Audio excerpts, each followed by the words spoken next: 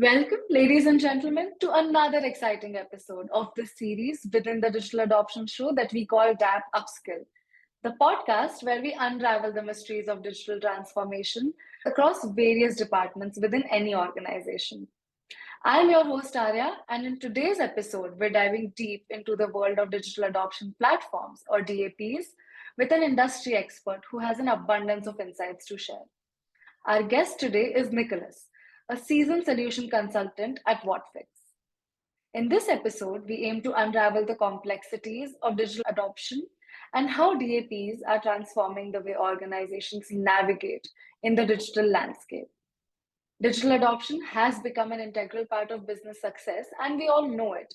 But those at the forefront, like Nicolas, play a pivotal role in helping companies harness the power of technology.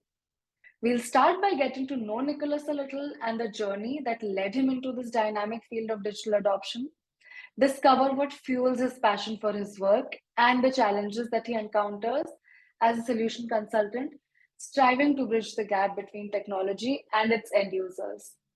Nicolas will also share invaluable insights into the key players in the digital adoption realm, the departments and roles that are driving DAP adoption, and the strategies for effective engagement with customers. We'll delve into how Whatfix and its pre-sales team are adapting to this evolving landscape and learn about Nicolas's vision for success in this digital age. So whether you're a solution consultant, a business leader, or simply someone curious about the world of digital adoption, this episode of the Digital Adoption Show is packed with insights you would not want to miss. Stay tuned for an illuminating conversation with Nicolas, the expert in DAP, and let's explore the power of digital adoption together. Welcome to the Digital Adoption Show. Welcome, Nicolas. We're so glad to have you here on the Digital Adoption Show. I hope you're having a great day. So let's dive right into the episode. Can you just tell us a little bit about yourself and how you got into this field, what you do here at Whatfix, a little bit around that? Yeah, sure. First, thanks so much for having me here. I'm really excited. And so I'm Nicolas. I'm based here out of London and look after our EMEAat pre-sales team. So basically what we do is we engage with customers like in the stages when they consider to buy our product, then go in to figure out, okay, what is it really that's troubling them, or do they have specific opportunities, potential that's not yet realized? And then we build out like a solution with a product that we have to figure out, okay, how can we realize as much value for those customers as possible, and then hopefully have them join us as customers that we can start afterwards working with them. Okay. And yeah, we got into the space like many years ago, a little bit by chance. So my background is aeronautic engineering, but at the time it was quite a circumstance that I was holding a presentation, and in the audience was somebody who was leading the EMEA pre-sales team at Salesforce, and like super charismatic, amazing guy. And we're still in contact. And he afterwards like chatted me up, said like, hey, how long are you still studying? When are you done? Is that something that could be interesting for you? And yeah, he really became a super close mentor for me, like especially in the first couple of years at Salesforce. Still a friend of mine, and yeah, kind of started the way into this IT space and until today. Yeah. You never know what's going to happen later in life, right? Just life happens. Absolutely. Okay, so now that you are in this field, can you tell us what do you love about it and what are some of the challenges you face in your day-to-day life? Oh, sure. So one of the things I guess that I'm most personally excited about is a bit like the situation right now where we are at Whatfix. And essentially what our team is responsible for as well is developing vertical strategies. So if you think about maybe the digital adoption space, a couple of years back, it was very heavily focused on L&D, maybe also like on IT to certain degrees. So how do you structure training? And it comes from this background. How do you actually use an application? Where do you click? How do you get through a certain process? Where do you have problems? And we see that shifting at the moment. So that while we still have that value proposition for training teams, it's not anymore exclusively for them. So we actually see more engagement now with business teams across, to be honest, all kinds of departments, whether it's like sales, HR, source to pay, ERPs. And what we then do is to kind of figure out like, how do we enter now those different types of markets? And this is then not anymore just the pre-sales thought, but it actually goes much, much, much broader, where we check first, who are the people that we can sell to? Who are the people we engage to when we go into those type of verticals? There's a product development aspect. How can we build new products for those verticals? It's around the value realization of this. Once you sold those products, how do you actually realize the value? And that's different if you sell into one vertical versus beforehand more broadly into training. So it's really redesigning the go-to-market strategy, the product development, the post-sales aspects of it. And it gives you like a very, very broad scope of what we're working on. That does sound amazing. It feels like you have a lot of power with you. There's creativity involved, there's technology involved, and at the end of the day, you're making someone's life easier, which is rewarding. Yeah. No, I was just making one comment to what you said, this empowering. I think this is like something in general that I see a lot at Whatfix. And it's not only exclusive like to our team, where many people have been given a bit of a white space to just basically go out, build something, try it, experiment with it. If it's successful, it's a different question. We'll figure these things out as we grow. But many people actually have been given like autonomy to experiment, build, and just be responsible for something, which is great. That's amazing. That truly is amazing. Okay, now keeping the nicer parts of it aside, what are some of the challenges you face as a solution consultant? Yeah, I guess like for our division, like specifically, if we're now like thinking about these verticalizations and talking now to new different types of stakeholders, it takes time to build this. And this is something that can't really be done overnight. And what we see is that as we kind of like progress into it, there's always like with the organization, a certain delay, some legacy with that. And it sometimes can create like also difficulties if you have a new value proposition, a new way of bringing something to market, while still the kind of the mainstream organization is focused on maybe more historic ways of thinking about the product, thinking about going to market, and then slowly picking, the right people to collaborate with that are willing to enter those new conversations. But then also from the customer side, find this acceptance that DAP now is something more than the historic view of it, can be a challenge that can take a long breath to kind of go through. It's exciting as well, but that's what we're at the moment seeing as a challenge, but it's normal. These things take time and these things evolve over time, and we'll see where we end up. Okay, all right. So you just explained to us what you do, and that tells me that you engage a lot with customers. Okay, so who do you engage with the most? Is there a specific department within a company or a specific role that considers DAP for the company? Yeah, so we do see like certain departments kind of more present than others, and like certain fields more present than others. And that's also really important for us, because as we go into those verticals, it's very important.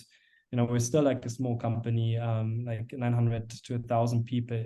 So to put our efforts very focused on the right domains. So I think for us, like key ones are the sales space, the service space, and the HR space. ERP, source to pay, is a large one. We see like a lot in those areas, but not exclusively. So I think also one thing that makes it really exciting at Whatfix is that theoretically the tech can work on any application, like whether you talk about R&D, sometimes we talk with innovation centers, we had like virtual reality cases, to pretty much any department, whether it's finance, legal, sales service, as I mentioned, marketing. It can be very, very broad, but of course we have like certain kind of more focus areas that I mentioned. All right. So we are discussing DAP, right? We are discussing DAP, and it's a newer concept for a lot of people. Whatfix within the company, how do you think is Whatfix, and more specifically the pre-sales team, adapting to this change? Because it can be overwhelming. It can be overwhelming for anyone who's a first-time user. So what are some of the initiatives you have taken for your team, or how is your Yeah. team dealing with it? No, that's a really good question. And I mean, I'm now 2 years at Whatfix, and one thing that I already noticed is like from the time when I joined 2 years ago to now, it's already two different times. And category has got so much uplift, so much development, and also like a big shout out to our analyst relationships team that is engaging with Gartner, Forrester, Everest, and many more, where just there's like a broader acceptance of DAP as a category. And that puts it then on the agenda of many C-level personas, whether it's like a CIO, L&D, of course, was always. We're now entering certain verticals as well, but we're not there yet. I think on the agenda more on these kind of historic departments, but it's grown just like the acceptance, the awareness massively. So that plays into the cards for us. And that makes it also easier to justify the value. That's one side. But then also these vertical movements help us a lot, because ultimately anybody who buys technology that is maybe not as like justified like a CRM, for example, is need to have some proof, that this works. And by verticalizing, we're specializing, we have more customer references, use cases, we know how to prove that value as well, and that helps us to get that trust, essentially, customers.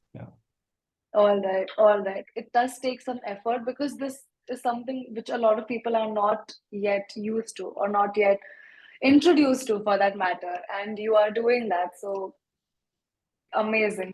You also deal with a lot of customers at your end. So after deploying Whatfix for them, or maybe after introducing them to this concept and having them see a very successful adoption in their specific companies, what is the vision that you have for these customers who have been able to do this successfully?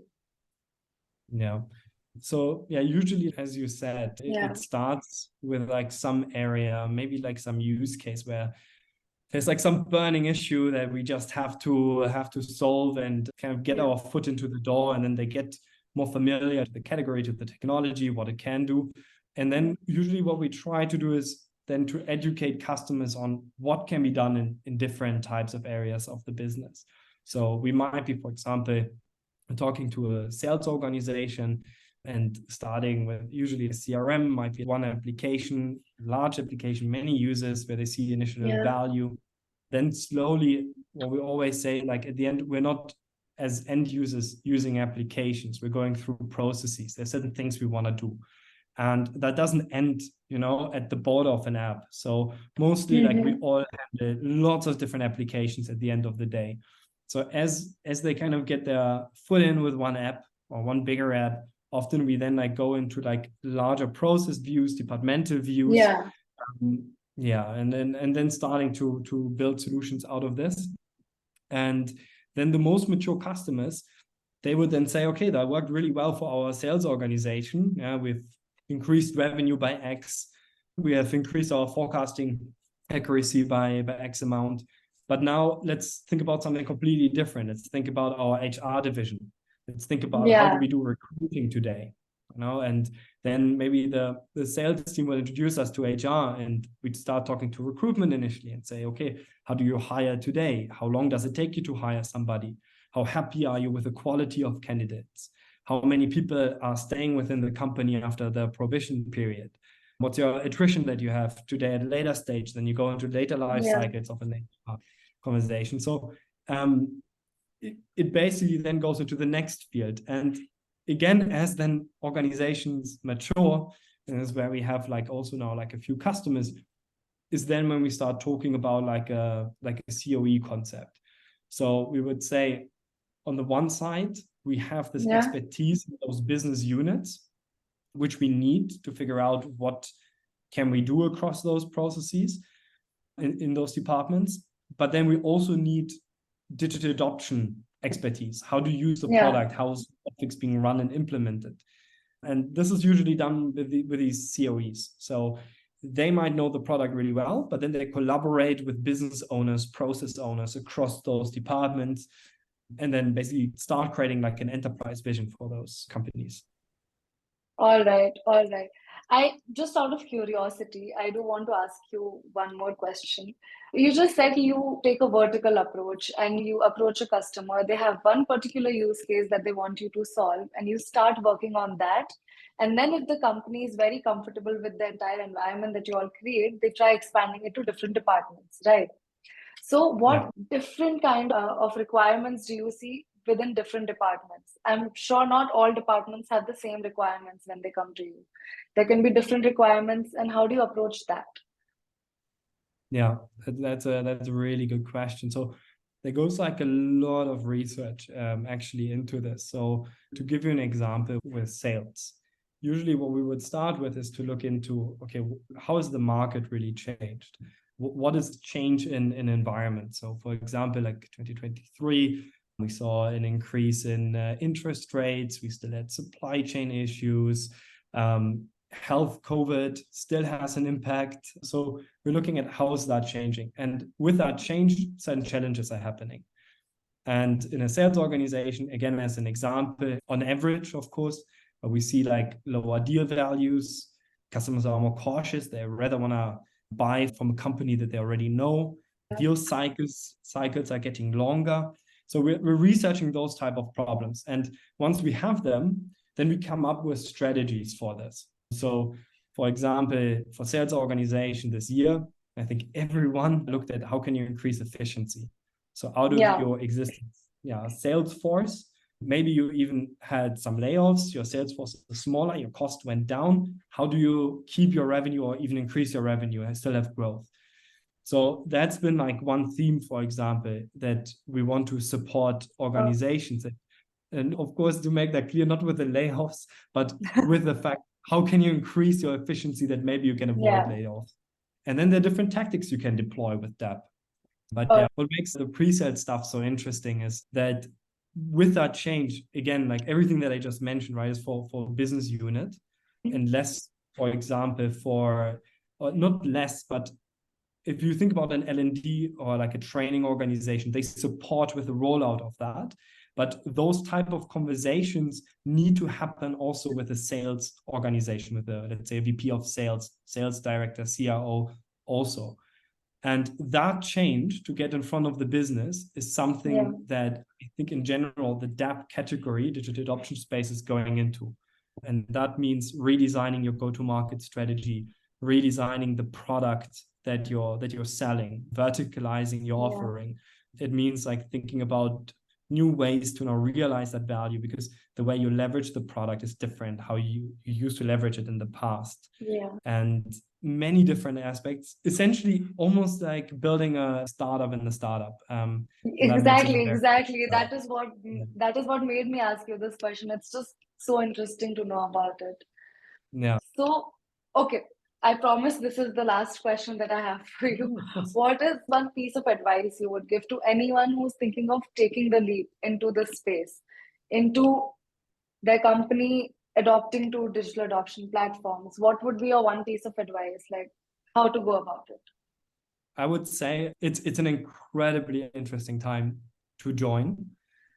It's a space where, let's say, if you like your way of working and you have one way of working and you've mastered that, it might be hard to all the time just leverage this one way. So you have to kind of be okay to think about changing with this space. And I think this is right now where we are, like in lots of categories, you have certain times where like a lot of change is happening in specific moments. And I think that's what DAP is right now going through. So anybody that's interested to join, like I can't encourage them more. There are like so many fields, so many paths that nobody has taken before that leads to new ways, new goals, new targets. So just be open-minded, jump into it. It's a very rewarding thing, apart from just being, of course, a part of that movement. It's just like a massive learning, a massive experience to go through this. So I can't encourage people more than take that step. Like an exciting time. All right. Thank you so much. That brings us to the end of this podcast. I had a great time. You had so many insightful things to tell us, and I'm sure our listeners will love it too. And just thank you so much for taking out the time and being a part of the show. No, thank you so much for taking the time and for having me here. I really enjoyed it. Thank you. Thank you all for listening. Stay tuned as we bring you fresh perspectives every week on the Digital Adoption Show. We are thrilled to announce that our podcast is now live on multiple platforms, including YouTube, Google Podcast, Apple Podcasts, Spotify, and much more. We greatly appreciate your support and encourage you to leave a review, comment, or a rating to continue delivering valuable content. Stay tuned for upcoming episodes filled with insightful conversations. If you have any questions on the topic, feel free to ask in the comment section below.